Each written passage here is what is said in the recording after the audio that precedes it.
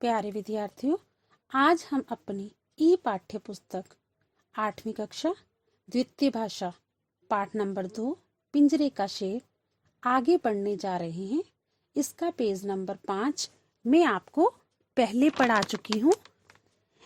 इसके हमने पहले पाठ में पेज नंबर 5 में क्या पढ़ा, इसके बारे में आपको मैं थोड़ा सा बता दूं कि राजा पद्मनंद को रोम के दूत ने एक उपहार भेंट किया, वो भी एक अनोखा पहेली से भरा हुआ और चुनौती से भरा हुआ, जिसे राज्यसभा में बैठे सभी लोग देखकर हैरान हो गए। अब आप क्या सोचेंगे कि वो क्या था? जैसा कि आपने पेज नंबर 5 में पढ़ा कि वो था लोहे के पिंजरे में बंदी बना हुआ किसी धातु का बना हुआ एक शेर। उससे भी बड़ा कार्य यह था कि उस शेर को बिना हाथ लगाए और बिना पिंजरे को काटे शेर को बाहर निकालना था। अब कौन सा व्यक्ति उस शेर को अपनी चतुराई और बुद्धिमत्ता से निकालने में सफल होता है? चले विद्यार्थियों, हम आगे पढ़ते हैं पेज नंबर 6 और 7। सभा में बैठे बहुत से व्यक्ति तो पहले ही उस पिंजरे को देख चुके थे। अन्य लोगों ने भी आगे बढ़कर पिंजरे का निरीक्षण किया। निरीक्षण, जांच पड़ताल। फिर सभी व्यक्ति अपने अपने स्थान पर बैठ गए। सभा में बहुत देर तक फुसफुसाहट चलती रही, पर कोई भी व्यक्ति इस कार्य के लिए नहीं उठा। फुसफुसाहट होने यानी कि आपस में बातें होती रही कि ये कैसे निकलेगा, कैसे नहीं निकलेगा। शेर को कौन बाहर निकाल सकता है? सहसा सम्राट ने गुस्से में कहा। सहसा, अचानक। सभा में फिर कुछ हलचल हुई। सभी लोग एक दूसरे की ओर देख रहे थे। सभी की आंखें लज्जा के कारण झुकी हुई थी, शर्म के मारे। क्यों शर्म थी उनको? क्योंकि वो शेर को निकालने में असमर्थ थे। सम्राट फिर गरज उठे, गुस्से में बोले, मगध की बुद्धि को क्या हो गया है? मगध की बुद्धि, मगध के लोगों की अक्कल को। महापद्मनंद की राज्यसभा में क्या ऐसा भी ज्ञानी नहीं जो शेर को बाहर निकाल सके? अब राजा यहाँ पर क्या बोल रहा है कि सारी सभा में ऐसा कोई व्यक्ति नहीं है जो इस चुनौती का सामना कर सके। सम्राट की जय हो। सम्राट और राज्यसभा में बैठे सभी व्यक्तियों की दृष्टि सम्राट की जय बोलने वाले 15-16 वर्ष के किशोर पर टिक गई। किशोर होता है बेटा युवक, और जो दृष्टि होती है वो क्या है कि सभी लोग उसकी ओर देखने लगे। मुझे आज्ञा दीजिए सम्राट, किशोर ने सिर झुकाकर कहा। आज्ञा है, परंतु यदि तुम असफल रहे तो तुम्हें मृत्यु दंड दे दिया जाएगा, सम्राट ने घोषणा की। सम्राट ने अब क्या कहा? कहता कि अगर तू इस धातु के बने शेर को पिंजरे से बाहर निकालने में असमर्थ रहा या विफल रहा तो मैं तुम्हें क्या करूंगा? मृत्यु दंड दे दूंगा।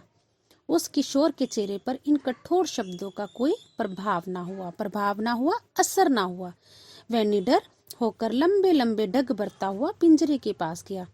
वे निडर होता है बेटा बेखौफ, लंबे लंबे डग यानी कि तेज तेज कदमों से बढ़ता हुआ पिंजरे के पास गया। कुछ देर सोचने के बाद उसने कहा, पिंजरे को पानी में डुबो दीजिए। महामंत्री ने कुछ नौकरों को ऐसा करने का आदेश दिया। आदेश होता है बेटा हुक्म। पिंजरे को पानी के बड़े टब में डुबो दिया गया। किशोर के कहने पर पिंजरे को फिर पानी से बाहर निकाल लिया गया। सभी लोग एकटक उस किशोर की ओर देख रहे थे, एकटक कि बिना पलके झुकाए हुए। किंतु वह किशोर बड़े ध्यान से उस पिंजरे में बंदी शेर को देख रहा था। देखो, इसमें हमें क्या बताया गया है? किशोर बालक जो है उसकी चतुराई और बुद्धिमत्ता के बारे में बताया गया है कि अगर ऐसा नहीं हुआ तो फिर कैसे होगा, ये उसके बारे में सोच रहा है कि शेर को अब मैं कैसे बाहर निकालूं। उसकी निर्भीक दृष्टि में धीरे धीरे विश्वास की चमक उभर आई। देखा, अब उसने सोच लिया कि मुझे अब आगे क्या करना चाहिए। निर्भीक होता है जो डरे ना। उसने सहसा आज्ञा दी। सहसा, अचानक। इस पिंजरे के चारों ओर आग जलाने का प्रबंध किया जाए। किशोर की आज्ञा पाते ही नौकरों ने पिंजरे के चारों ओर आग लगा दी। सभा में सन्नाटा छा गया। सन्नाटा, एकदम से शांति। सभी की सांसें रुक गई। ये हर व्यक्ति एकटक पिंजरे की ओर देख रहा था। किशोर भी अपलक दृष्टि से उस शेर को घूर रहा था। अपलक, अपनी पलकें झुकाए बगैर। सहसा उसने देखा कि शेर की मूर्ति के माथे पर धीरे धीरे गिल्ली सी चमक उभरी और देखते ही देखते पिघली हुई चांदी की सी बूंदें धरती पर आ गिरी। देखो, वो धातु का बना हुआ था ना, तो क्या था, वो सीसा धातु का बना हुआ था। तो जब आग लगाई तो शेर क्या हो गया, पिघल गया, और जब वो पिघल गया तो वो पिंजरे के बाहर आ गया। किशोर ने मुस्कुराते हुए कहा, वे देखिए महामंत्री। महामंत्री ने भी उस ओर ध्यान से देखा। अब उसकी समझ में सब कुछ आ गया। वे समझ गया कि शेर सीसा धातु का बना हुआ है, इसी कारण थोड़ी सी गर्मी से ही पिघलने लगा है। लोहे का पिंजरा ज्यों का त्यों पड़ा था, यानी कि पिंजरा जो था वो लोहे का था, उसे कुछ नहीं हुआ। आगे देखो पेज नंबर 7। देखते ही देखते पिंजरे का शेर पिघलकर धरती पर फैल गया। किशोर ने सम्राट के आगे सिर झुकाकर कहा, महाराज, शेर पिंजरे से बाहर आ गया है। सम्राट ने गर्व से अभिमान से दूत की ओर देखते हुए कहा, दूत, अपने राजा से कहना कि हमारे प्रताप के कारण शेर पिघल कर बाहर आ गया है। अब राजा ने ये बात किसको की? रोम के दूत को, क्योंकि उन्होंने चुनौती दी थी ना हमें। वह केहर केवल पिंजरे का शेर था, पिंजरे के बिना इसका कोई अस्तित्व नहीं। फिर महामंत्री को आदेश दिया, इस किशोर को पुरस्कार दिया जाए। पुरस्कार क्या होता है बेटा? इनाम। इतना कहकर सम्राट उठकर चले गए। सभा में कोलाहल सा मच गया। कोलाहल, शोर होना। यही किशोर बड़ा होकर चंद्रगुप्त मौर्य के नाम से प्रसिद्ध हुआ। देखो, ये जो 15-16 साल का व्यक्ति था या युवक था, वो कौन था? उसका क्या नाम था? चंद्रगुप्त मौर्य।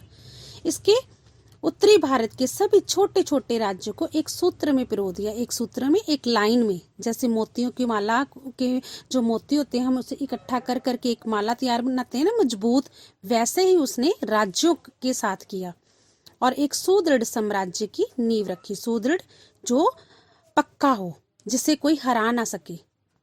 बच्चों, हमने इस चैप्टर में ये पढ़ा कि थोड़ी सी बुद्धिमत्ता और चतुराई से हम कोई भी समस्या का हल ढूंढ सकते हैं, जैसे कि 15-16 साल के किशोर चंद्रगुप्त मौर्य ने ढूंढा।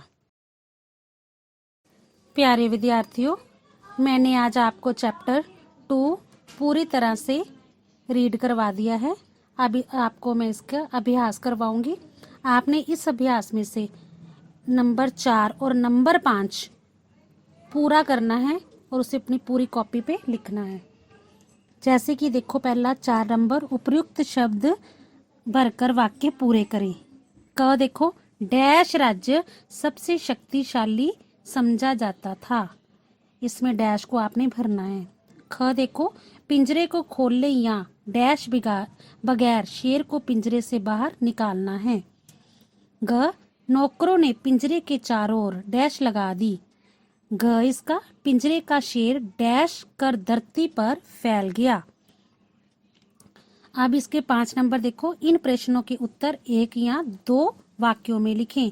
बेटा, ये जो प्रश्न उत्तर हैं, ये उसी चैप्टर में से हैं जो आप लोगों ने पढ़ा है। जैसे पहला इसका देखो, क पाठ, महापद्म नंद के दरबार में किस देश के दूत आए थे? ख, रोम के राजदूत मगध के सम्राट के लिए क्या लाए? ग, सम्राट महापद्म नंद के मंत्री का क्या नाम था? घ, शेर किस धातु का बना हुआ था? अड़, शेर को पिंजरे से निकालने वाला किशोर बड़ा होकर किस नाम से प्रसिद्ध हुआ? आगे च, पिंजरा किस धातु से बना हुआ था? बेटा, आप लोगों ने ये सभी प्रश्नों के उत्तर देकर और अपनी कॉपी पर लिखकर मुझे दिखाने हैं।